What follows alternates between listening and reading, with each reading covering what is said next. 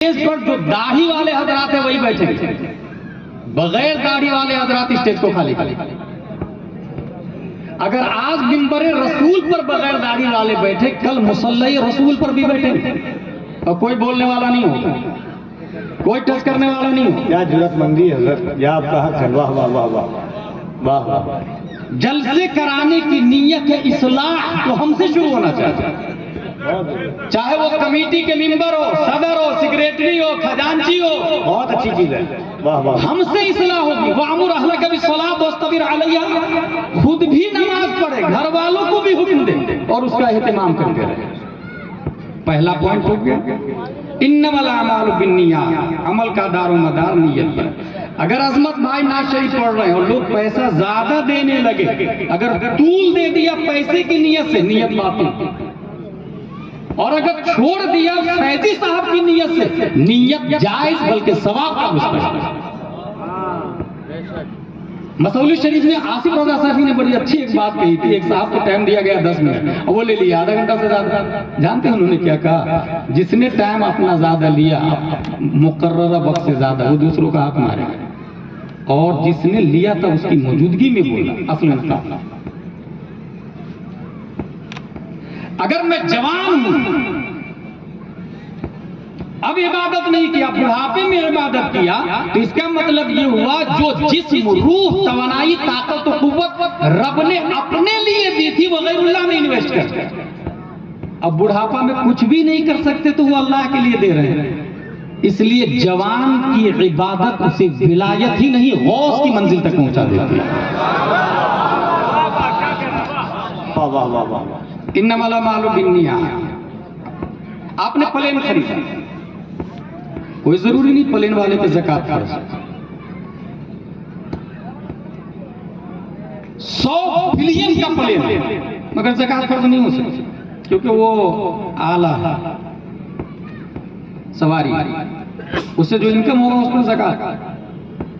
लेकिन नीयत ये है कि कोई आदमी गरीब हो, उससे गुंबद खजरा फ्री में दिखा दूंगा। प्लेन खरीदना भी इबादत में शुमार हुआ। क्या बात है। वाह। और अगर आपने साइकिल खरीदी इस नीयत से कि पड़ोसी के पास साइकिल नहीं है, मैं उससे बिगेस्ट, बेटर, उससे अफजल वाला, वो साइकिल खरीदना भी बातिल हो जाता है। इसीलिए इमाम शाफी कहते हैं पूरी दुनिया का हर मसला, हर बात के शुरू में इस हदीस की तफसील होनी चाहिए। इन्नमल अमालु बिन्नियात। आगे लिखा है हदीस शरीफ में, व इन्नमा लिकुल्लि इम्रिइन मा नवा। जिसकी नीयत करेंगे उसमें कामयाब होंगे। बहुत पॉइंट की बात बता रहा हूं कपिल भाई। अगर जलसे की नीयत है इनकम ऑफ सोर्स तो उसमें कामयाबी मिलेगी, ये हदीस बोल रही है। लेकिन ये नहीं हदीस बोल रही कि वो जायज है। अगर जलसे की नियत करोड़ों रुपया हराम का जमा करना हो तो उसमें भी कामयाब हो सकते हैं। हिल्लत और हुर्मत तो अदर डिपार्टमेंट। वही नमा लिकुल्लि इम्रिइन मा नवा, जिसकी आप नियत करेंगे उसमें कामयाब। इसलिए कामयाब होना ये मकबूल इंदल्लाह की दलील नहीं, कामयाब होना मकबूल इंदल्लाह की दलील नहीं। मेयार कामयाबी अलग अलग। कपड़ा खरीदा आपने, इस नियत से पहना कि अल्लाह की नेमत का इजहार करूंगा, कपड़ा खरीदना इबादत। और अगर इस नियत से कि तुमसे बेहतर हूं मैं, तू मेरे सामने हकीर, फकीर, सरापा तकसीर है, ये किब्र और गुरूर और नुबुव्वत में दाखिल है। बेशक बेशक। क्या बात। और अगर इस नियत से 1500 दिरहम का कपड़ा पहना कि रब ने मुझे दिया है तो रब की बारगाह में जाऊंगा, उसी बंदे को इमाम आजम अबू हनीफा 1500 दिरहम का कुर्ता पहन के रात में निकलते थे मस्जिद। किसी ने कहा हजरत हजरत इतना महंगा कपड़ा बादशाहों के यहाँ जाने के लिए पहना जाता है। इमाम आज़म फरमाते से भी बड़ा कोई बादशाह। नारे तकबीर, नारे रिसालत, सीरते मुस्तफा कॉन्फ्रेंस। ये मजहबी जलसों में अगर सही वक्त में अच्छी गुफ्तगू कराई जाए तो बहुत लुत्फ आता है। सुने इंशाअल्लाह, बहुत काम की बातें सुनेंगे आप। वाह वाह वाह। इन्नमल अमालु बिन्नियात। अमल का दारो मदार नियत है। हमने शादी की ताकि बच्चा जो पैदा होगा वो खालिद बिन वलीद होगा। शादी करना इबादत है, और अगर नफसानी ख्वाहिश की तकमील हो तो कोई इबादत नहीं। वइन्नमा लिकुल्लि इम्रिइन मा नवा, नफ्स की ख्वाहिश की तकमील होगी, ये हदीस बोल रही है। लिकुल्लि इम्रिइन मा नवा, नफ्स की ख्वाहिश की तकमील होगी, लेकिन नीयत जो होगी उसके हिसाब से सवाब का तरत्तुब होता है। एक नहीं 4 शादी की इस नीयत से कि बेवा और मुतल्लका का खात्मा हो जाए, तवाइफ खाने बंद हो जाए। 4 शादी करना इबादत है। लोग बुरा भला कहे, लोग बुरा भला कहे, पूरी दुनिया 7.5 अरब से ज्यादा लोग, सब लोग मिलके उसको बुरा कहे, वो बुरा नहीं होगा अगर रब ये फरमा दे कि तू मेरा बंदा है, मेरे महबूब की सुन्नत को जिंदा किया। इन्नमल अमालु बिन्नियात, अमल का दारोमदार नियत। हर मामले में आप नियत को लाए। यहां से उठे तो नियत लेकर, आए तो नियत लेकर। ये पहली हदीस हो गई। मैं समझता हूं बहुत हद तक आप इसका मतलब समझ चुके हैं। दूसरी हदीस, हलाल वाज़े है, हराम भी वाज़े है, इसके बीच में मुश्तबा, मुश्तबा से जो बचेगा वो कामयाब। और चारों हदीसें बुखारी से बोल रहा हूं, जिसको अहले हदीस जाकिर नायक का कोई जाकिर नायक का बाप भी जुल्ला नहीं। हलाल भी वाज़े, हराम भी वाज़े। अच्छा, मुश्तबा से बचना है, जो बचेगा वो कामयाब हो जाएगा। अगर आपको रास्ते में 1 करोड़ रुपया मिल जाए, क्या करेंगे आप? What will you do on this moment? Left right back front देखेगा, कोई नहीं है। ये हंसने वाली नहीं है, सोचने वाली। ये है मुश्तबा, ये है हराम। मुश्तबा 1 रुपया मिल जाए, मुश्तबा। अगर किसी से छीन लिया तो हराम है, लेकिन मिल गया तो मुश्तबा। APPLE, एप्पल मिल गया, इसे बच्चों को दे दिया, खा लिया, या खुद ही खा लिया। ख्याल आया नहीं यार ये हलाल है या हराम है या मुश्तबा। हमने तो मुश्तबा खा लिया, माफी मांगना पड़ेगा। एप्पल किसका भाई साहब? क्या हम ऐसा करते हैं? मगर एक आदमी है, उसने ढूंढा किसका है, कोई नहीं बोल रहा। फिर दिमाग लगाया ये एप्पल आया किधर से, जिधर से आया था उधर ही चल चला। चलते चलते चलते उसको एक गार्डन मिल गया एप्पल का, एप्पल गार्डन। भाई साहब मैंने आपका एप्पल खा लिया, मुझे माफ कर दीजिएगा। ना, मैं नहीं माफ करूंगा, इसकी सजा भुगतनी पड़ेगी। हुजूर क्या सजा होगी?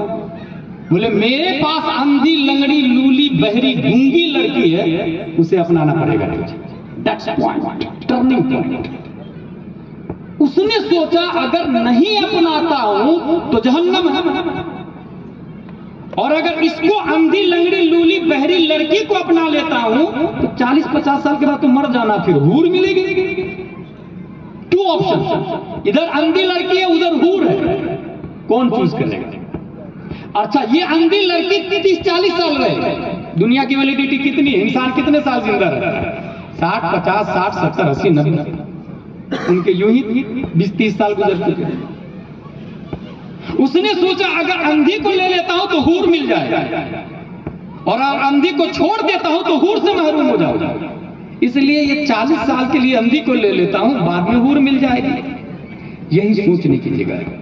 ये जो 1 करोड़ मिल रहा, ये कितने साल तक यूज करेंगे आप? अगर 20, 30, 40 साल तक करोड़पति है आप, तो ये 40 साल की वैलिडिटी करोड़पति। लेकिन मरने के बाद उसी 1 करोड़ नहीं बल्कि 1 लाख भी, 1 रुपया भी ले लिया तो हश्र में करोड़ों लोग हैं। रब हाकिम है, फरियादी मौला मेरा 1 करोड़ रुपया ले लिया। वो आदमी कहेगा क्यों तूने 1 करोड़ रुपया लिया? हाँ मौला लिया था, वापस कर। अब वहां तो पैसे तो रहेंगे नहीं, फिर जानते हैं क्या वापस होगा?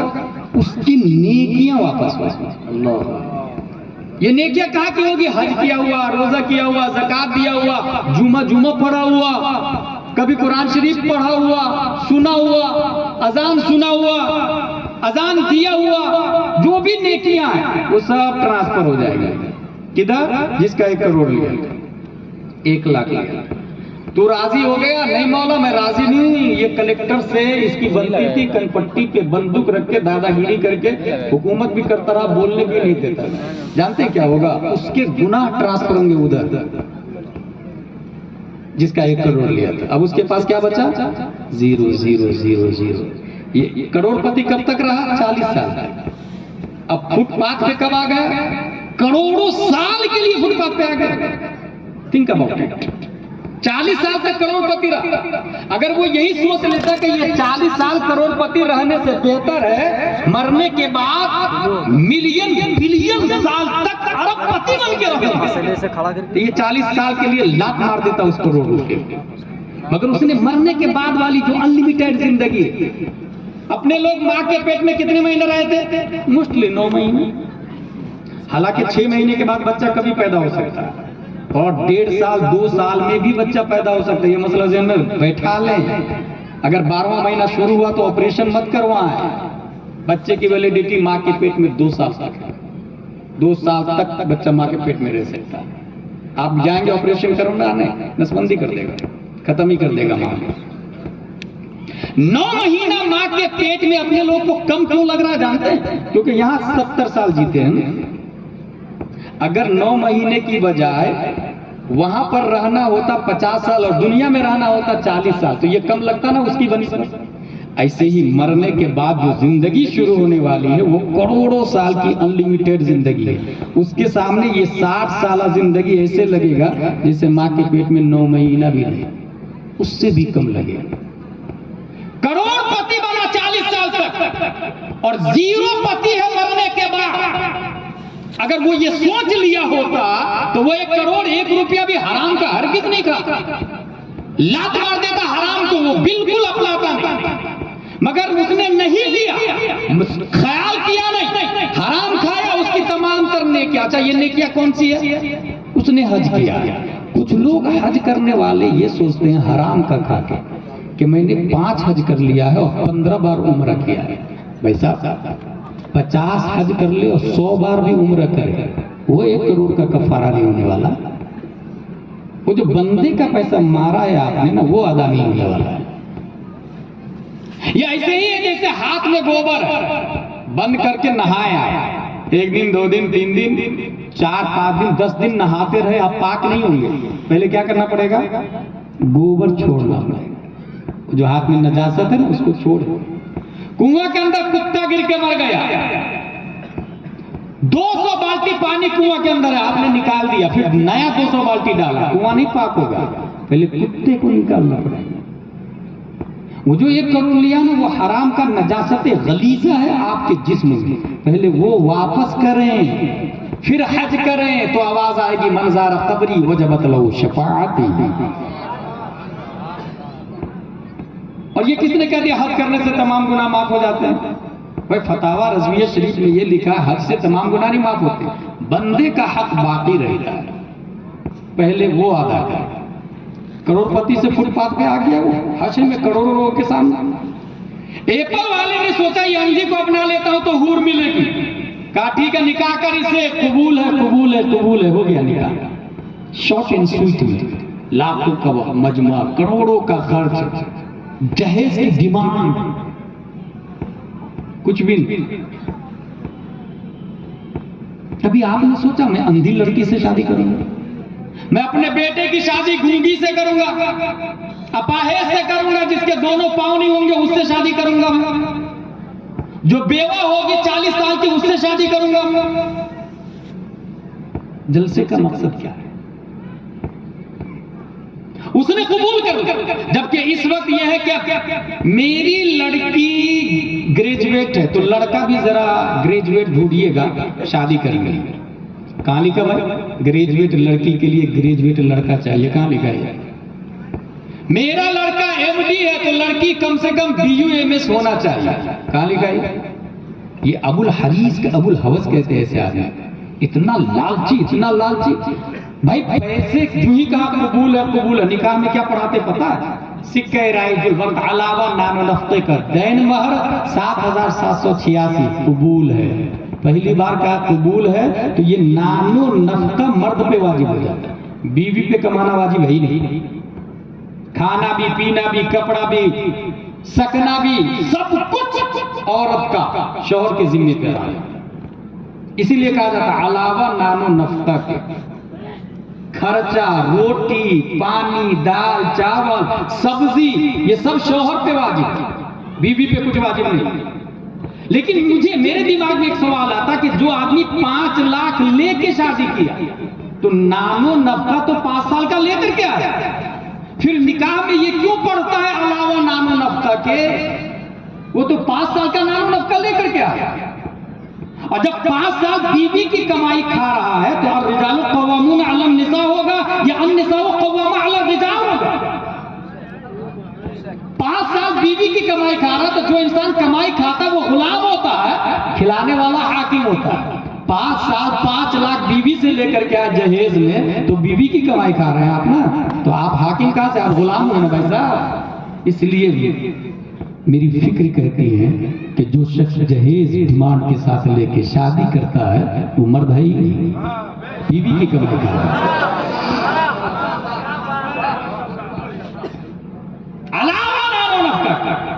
शॉर्ट एंड स्वीट में, अच्छा जरा अपने लेवल के हिसाब से वेल सेटल, करोड़पति है तो करोड़पति ढूंढेगा।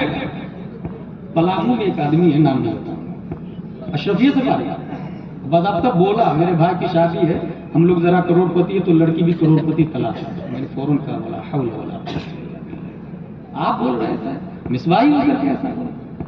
देखिए मादियत में से गालिब लोगों क्या कहां जा रहे हैं। यही हाल है मोहम्मद बिन सलमान, प्राइम मिनिस्टर ऑफ सऊदीया का। वो किधर जा रहा है? और फादी अबू सलाह शहीद फिलिस्तीन किसको कहा?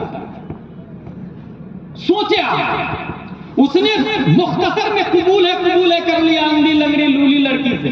जब शबे जुफाफ में गए तो देखा कि बहुत खूबसूरत लड़की, फौरन पलट के वापस आ। आपने जिससे निकाह पढ़वाया वो लड़की नहीं है, अंदर का वही लड़की है। अंधी इसलिए कि कभी हराम देखा नहीं, लूली इसलिए कि हाथ ने हराम काम किया नहीं, लंगड़ी इसलिए कि पांव हराम की तरफ चले नहीं, गूंगी इसलिए कि जुबान ने हराम बोला ही नहीं, बहरी इसलिए कि कान ने कभी हराम सुने ही नहीं। इसलिए शादी हो गई। याद रखिएगा लड़की कितनी नेक है और लड़का कौन है? एप्पल की माफी मांगने चला है। इसी दोनों की शादी हो जाती है, पेट में एक बच्चा, बच्चे की विलादत होने वाली। हजरत आदम अलैहिस्सलाम ख्वाब में, हजरत मूसा अलैहिस्सलाम ख्वाब में, हजरत नूह अलैहिस्सलाम ख्वाब में, हजरत अबू बकर उमर उस्मान अली सहाबा ख्वाब में, और तमाम सितारों के बीच में प्यारे मुस्तफा ख्वाब में, और कह रहे हैं उस खातून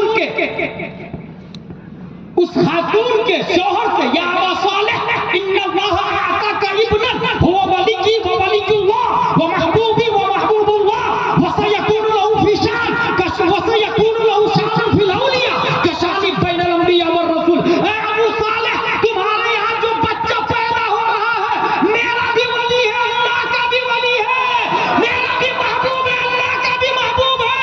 उनकी शान तमाम वलियों में ऐसी होगी जैसे मेरी शान तमाम नबियों में 571 हिजरी 470 हिजरी जिलान की धरती पर अबू सालेह की पीठ से उम्मुल खैर फातिमा के पेट से जो बच्चा पैदा हो रहा है, दुनिया उसी बच्चे को गौस से आज़म कहते हैं।